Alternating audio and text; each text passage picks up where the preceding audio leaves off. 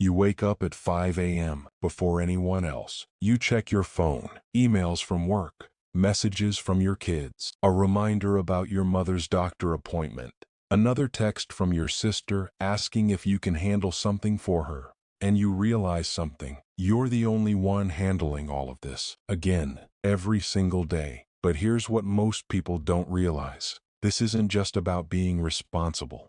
This isn't about being the strong one. This is your mind sending you a warning signal. A signal that gets louder every day. And if you don't pay attention now, the cost gets higher. The damage gets deeper. So before we dive deep, hit that like button, subscribe to the channel, and comment below where you're watching from. Because what I'm about to share will change how you see yourself. Most people think this is normal. They call it being the strong one, the reliable one, the backbone of the family, and society reinforces this idea, especially after 50. You're supposed to have it all figured out. You're supposed to handle everything without complaining. But that's not strength. That's a psychological trap, and your mind knows it. Let me show you what's really happening. Sign number 1. You feel exhausted before the day even starts. You open your eyes in the morning, and instead of feeling rested, you feel tired. Not physically tired, mentally tired, like you've already run a marathon before breakfast. You lie there for a few seconds, trying to gather energy to face the day, but you already feel behind. This happens because your brain never stopped working. Even while you slept, it was processing problems. Your son's job situation, your mother's medication schedule, the project deadline at work, planning solutions, preparing for the next crisis. Pay attention to this. When you carry everything alone, your nervous system stays in constant alert mode. It never gets a break, because there's always something else, always another fire to put out. And after 50, your brain needs more recovery time, not less. But you're giving it 0. You're running it harder than you did at 30, with less fuel and more weight. This is more common than people admit. Sign number 2. You can't remember small things anymore. You walk into a room and forget why you went there. You put your keys somewhere and spend 10 minutes looking for them. You forget names of people you've known for years. The thought just vanishes mid-sentence, and you think, I'm getting old. My memory is going. But that's not what's happening. Your mind isn't failing. It's overloaded.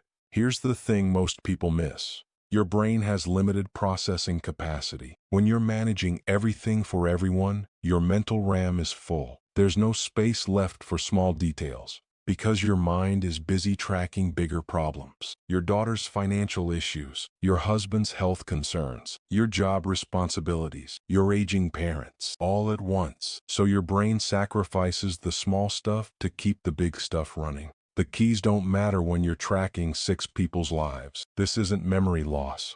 This is mental overload with nowhere to go. Sign number 3. You feel guilty when you rest. You sit down for 5 minutes, and immediately, your mind starts listing everything you should be doing instead. The laundry, the bills, the phone calls you need to make. So you stand up again, because resting feels wrong. It feels selfish. But here's what's really happening behind this. When you carry everything alone for years, your identity becomes tied to productivity. Your worth becomes measured by what you do for others, not who you are. So when you stop doing, you feel worthless, like you're disappearing. And that guilt is actually your mind protecting a false identity, an identity built on exhaustion. Think about that for a second. You only feel valuable when you're drained. That's not health. That's survival mode dressed up as virtue. Pay close attention to this next one. Sign number 4. You feel invisible even though everyone needs you. People ask you for help constantly. Your advice, your time, your energy. Can you watch the kids? Can you help with this decision? Can you just handle it? But when you need something, nobody's there. They're busy. They didn't see your message, and you don't even mention it anymore. You don't ask, because you've learned that your needs don't matter as much. This creates a painful paradox. You're essential to everyone's life, but you feel completely alone. This isn't coincidence.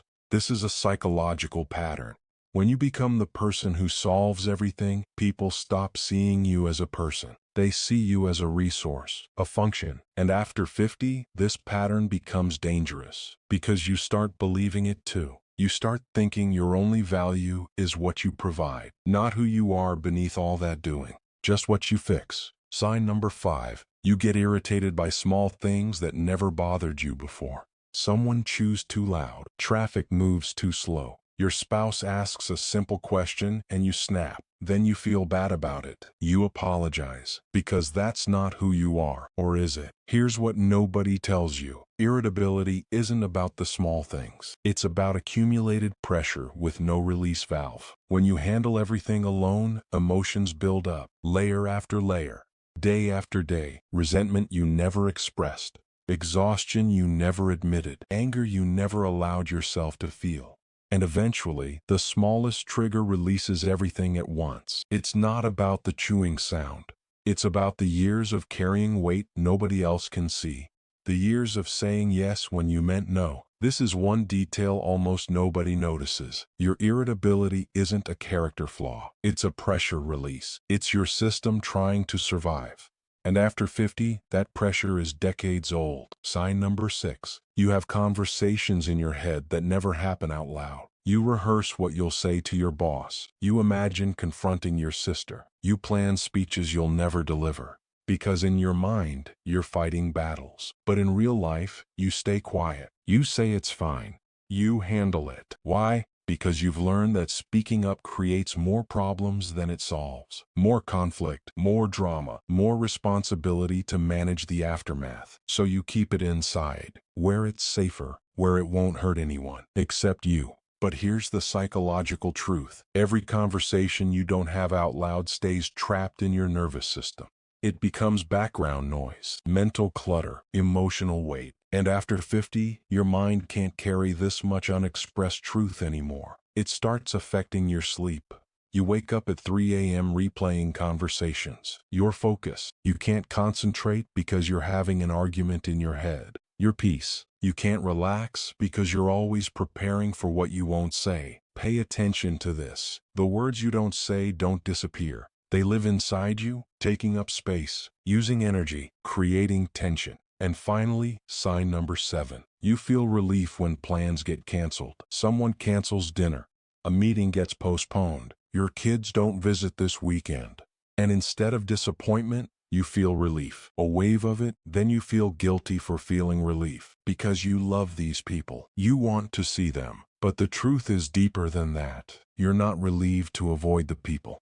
You're relieved to avoid more responsibility, more managing, more emotional labor, more being the strong one who has it together. And this reveals something crucial about what's happening in your mind. When social interactions feel like work instead of rest, your nervous system is screaming for space. It's telling you that you need to stop, to breathe, to exist without a role, without someone needing something from you. Because behind this behavior, there's a psychological pattern that changes everything. Your mind isn't designed to carry everything alone. No human mind is. Humans are wired for shared burden, shared responsibility, shared emotional weight. But somewhere along the way, you learn to do it all yourself. Maybe because asking for help felt weak. Maybe because people let you down before. Maybe because it was easier to do it yourself than to explain it to someone else. But here's what that creates. A mind that never rests, a nervous system that never recovers, and a person who feels strong on the outside but completely depleted on the inside.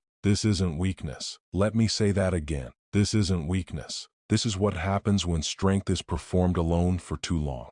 And after 50, the cost becomes visible, not because you're older, not because you're less capable, but because you've been running this pattern for decades, 20 years,